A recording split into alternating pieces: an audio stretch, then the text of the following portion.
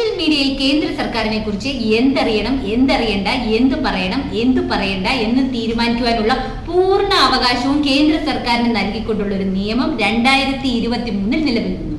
ഈ നിയമം അനുസരിച്ച് കേന്ദ്ര സർക്കാരിന്റെ ഫാക്ട് ചെക്കിംഗ് യൂണിറ്റിന് ഒരു വാർത്ത അല്ലെങ്കിൽ ഒരു ഇൻഫർമേഷൻ വാസ്തവവിരുദ്ധമാണെന്ന് കണ്ടെത്തുകയാണെങ്കിൽ ഈ ഇൻഫർമേഷൻ അല്ലെങ്കിൽ വാർത്ത സോഷ്യൽ മീഡിയ പ്ലാറ്റ്ഫോമിൽ നിന്നും റിമൂവ് ചെയ്യാനുള്ള ബാധ്യത പൂർണ്ണമായും ഈ സോഷ്യൽ മീഡിയ പ്ലാറ്റ്ഫോംസിനുണ്ട്.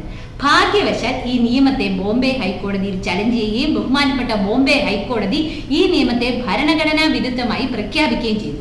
കോടതിയുടെ പ്രധാന കണ്ടെത്തലുകൾ ഇതൊക്കെയാണ്.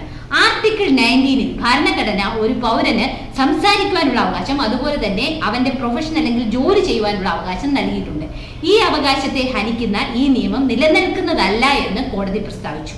കൂടാതെ ആർട്ടിക്കിൾ 14 എല്ലാ പൗരന്മാരും നിയമത്തിന്റെ മുന്നിൽ തുല്യരാണ്. അങ്ങനെ വരുമ്പോൾ ഇത്തരം സാഹചര്യങ്ങളിൽ കേന്ദ്ര ഗവൺമെന്റിന് മാത്രം ഒരു സ്പെഷ്യൽ പ്രിവിലേജ് തരുന്നത് ശരിയല്ല, അങ്ങനെ നൽകുന്നത് ശരിയല്ല എന്ന് ഹൈക്കോടതി കണ്ടെത്തി. അതോടൊപ്പം തന്നെ പ്രിന്റ് മീഡിയ ഇതിൽ നിന്ന് ഒഴിവാക്കിയതും ഈ നിയമത്തിന്റെ പോരായ്മയായി കണ്ടെത്തി.